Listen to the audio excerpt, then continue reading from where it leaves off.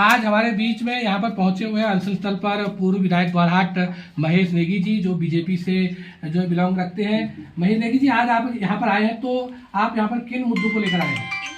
मुद्दे तो क्षेत्र के हैं, लेकिन क्षेत्रीय लोगों ने जो मैंने अभी देखा, आप लोगों की जो मांगे थी बड़ी जेन्युइन और बहुत छोटी छोटी मांगे हैं। बहुत छोटी मांगे हैं कि बीच में अगर एक जेन्युइन सी चीज़ बताऊं मैं, एक रोड पहले से बनी हुई है, उस रोड में 20 किलोमीटर उधर भी डामर है, 20 किलोमीटर इधर भी डामर है, बीच में 1.5 किलोमीटर क्यों छोड़ दिया गया?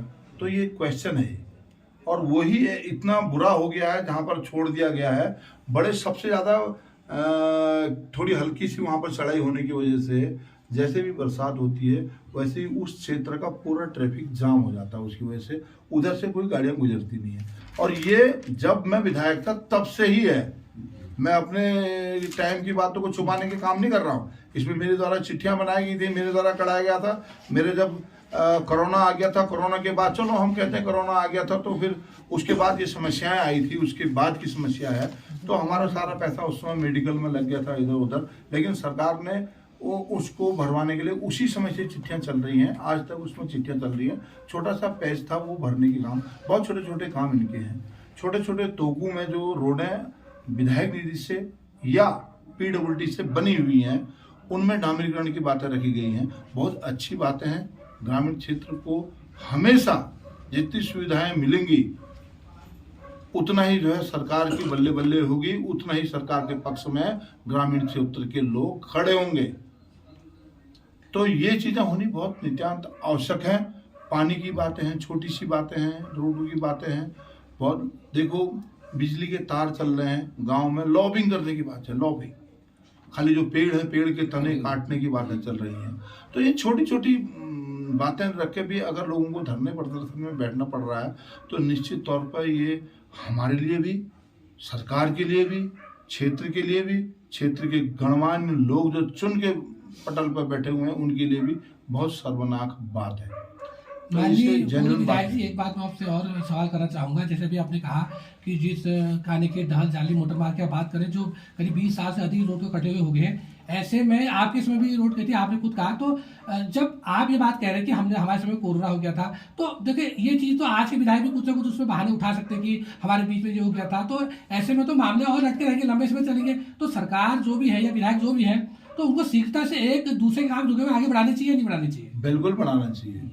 अगर मेरे टाइम की जो रोड है, जो विधायक निधि से रोड बनी हुई है, अगर उस समय विधायक में था, आज सत्ता का परिवर्तन हो चुका है द्वारहाट विधानसभा में और यहाँ दूसरे विधायक बन चुके हैं, तो ये तो उनका तो ये बिल्कुल उनको स्वतः आगे बढ़ के उस काम को सबसे पहले पूर्ण कराना चाहिए। क्योंकि उनका पुराना विधायक, उनके क्षेत्र का पुराना विधायक जो अधूरे कार्य को छोड़ के गया है, उस कार्य को पूरा कराने का दायित्व भी जनप्रतिनिधियों का ही बनता है। इसलिए उन्होंने सोचना चाहिए, इसको करवाना चाहिए। माननीय महेश नेगी जी, एक सवाल और है कि यहाँ पर 2 ऐसे मुद्दे हैं जिन पर भी चर्चा नहीं हुई, जिसमें एक जाली जो स्वास्थ्य केंद्र है, अतिरिक्त स्वास्थ्य केंद्र है यहाँ पर, और दूसरा उप तहसील जाली है जिसको करीब यहाँ 10 वर्ष हो गए बने हुए। तो इसको पूर्ण तहसील की बात की जा रही है, क्योंकि यहाँ पर अगर उप तहसील है तो फिर आदमी को दौड़ कर गुवाहाटी जाना पड़ा तहसील में कार्यों के लिए। तो उप तहसील का महत्व क्या रहा? फिर अगर इसको आप पूर्ण तहसील नहीं करते हैं तो ऐसे में पूर्ण तहसील की मांग अगर कर रहे हैं तो वह तो यहाँ की जनता की जायज मांग है। नहीं, ये मेरे वक्त में ये इसको यहाँ पर जो है उप तहसील का दर्जा दिया गया है जी। अभी 5 वर्ष इसको हुए हैं। माननीय हरीश साहब जी के मुख्यमंत्री थे उस समय इसकी घोषणा हुई थी, और घोषणा भी उस समय हो चुका था इसका, लेकिन उस समय यहाँ बैठा कुछ नहीं था। मैंने अपने टाइम पे यहाँ पर इनको बैठाने का कार्य किया। उसमें से ये तहसील जो है जो कार्य यहाँ पर शुरू होना हुआ मेरे टाइम से ही शुरू हुआ। चलो आगे पीछे कोई दिक्कत वाली बात नहीं हुआ है, लेकिन ये अभी जो आप कह रहे हैं इसको पूर्ण दर्जा मिलना चाहिए। तो ये जो आपकी ये जेन्युइन मांग है ये वाली, इस क्षेत्र के लोगों को भी बहुत दूर जाना पड़ता है। तो अब इसका टाइम आ चुका है, वक्त आ चुका है, तो उसको पूर्ण तहसील का दर्जा दे देना चाहिए और उसको यहाँ पर पूर्ण तहसील देते हुए यहाँ के लोगों की जो समस्याएं हों उनका निराकरण रानीखेत और द्वारहाट जाके ना होकर यहीं होने लग जाए तो बहुत अच्छी बात है। ये भी जायज मांग है।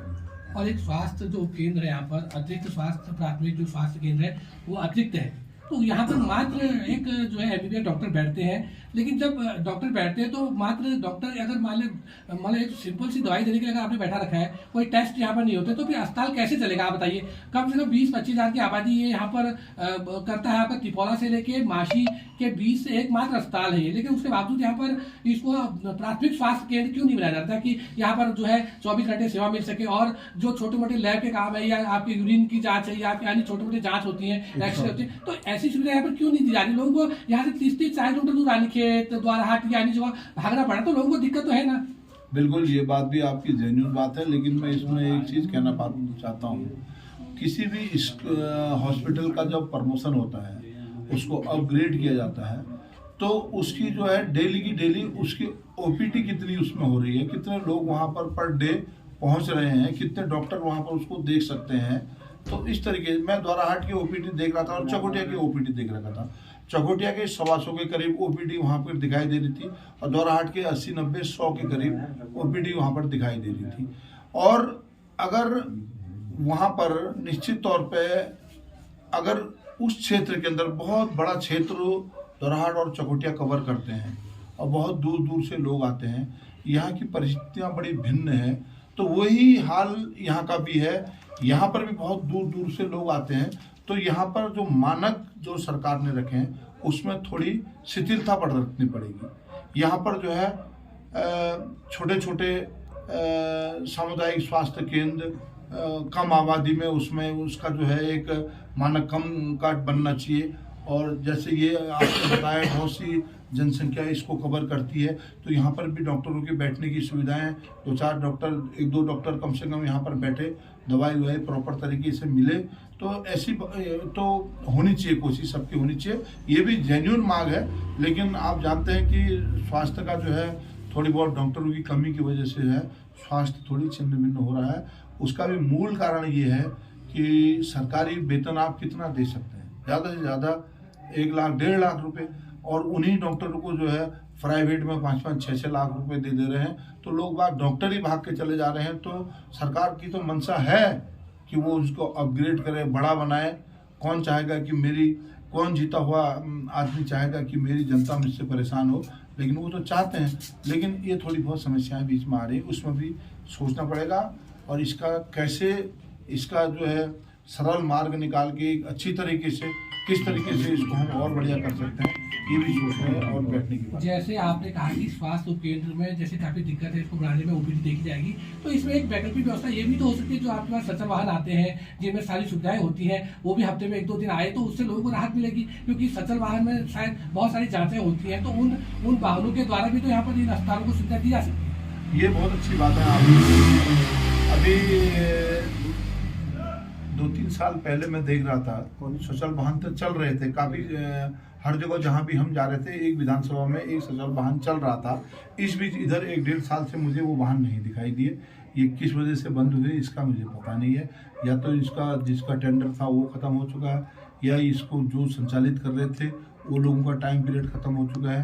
ये कुछ समस्याएँ रही होंगी, उसका रिन्यूअल करवा के दोबारा से उसके रीटेंडर होके ये कार्यक्रम, ये वाला जो है ये अच्छा आपका सुझाव है। तो सर एक इसमें और सवाल है, क्योंकि यहाँ पर मात्र एक डॉक्टर बैठता है, तो जैसे कि हमारे पहाड़ी क्षेत्रों में अधिकतर महिलाएं हैं और महिलाओं की समस्याएं ज्यादा है, तो कम से कम महिला विशेषज्ञ डॉक्टर यहाँ पर होनी चाहिए अस्पतालों में, जिससे कि यहाँ पर अधिक इलाज मिल सके, क्योंकि ज्यादातर महिलाएं हैं गाँव में। नहीं, आपका कहना बहुत अच्छी बात है, महिलाओं के लिए डॉक्टर महिला ही चाहिए। तो ये सरकार के बहुत प्रयत्न करने के बाद भी, पूरे हिंदुस्तान के अंदर में ऐड निकालने के बाद भी, पूरे हिंदुस्तान के अंदर में पता, जब मैं विधायक था तो साउथ से भी हम लोगों ने जो है हॉस्पिटलों में यहाँ डॉक्टर लाने के लिए साउथ से भी लोगों को बुलाने का काम किया, वहाँ के डॉक्टरों को भी बुलाया, उनको अच्छा पैकेज देने का काम किया। अब ये पहाड़ों की हमारी परिस्थितियाँ ऐसी हो जाती हैं कि डॉक्टर लोग भी सोचते हैं कि भाई हमारा तो द्वाराहाट चकोटिया तो ये तो हम इसको अच्छा क्षेत्र मानते हैं, बहुत से ऐसे इंटीरियर क्षेत्र हो जाते हैं, बहुत दूर दूर के क्षेत्र हो जाते हैं, तो वो डॉक्टर भी यहाँ से नौकरी छोड़ के चले जा रहे हैं। कुछ लोग हायर एजुकेशन के लिए जो है वो यहाँ से बाहर चले जा रहे हैं, उनका टाइम पीरियड ख़त्म हो जा रहा है।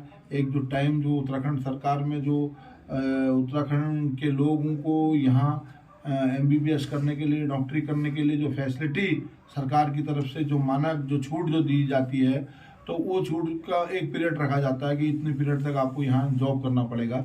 तो वो जैसे ही उनका टाइम खत्म हो रहा है, वो लोग भी यहाँ से भागने का काम कर रहे हैं। इसमें एक बार सरकार को फिर से दोबारा से बैठ के इनको कैसे अच्छी तरह से और सुचारू रूप से इनको अच्छे पैकेज दिए जाएं, अच्छी तरह से इनको फैसिलिटी दी जाए।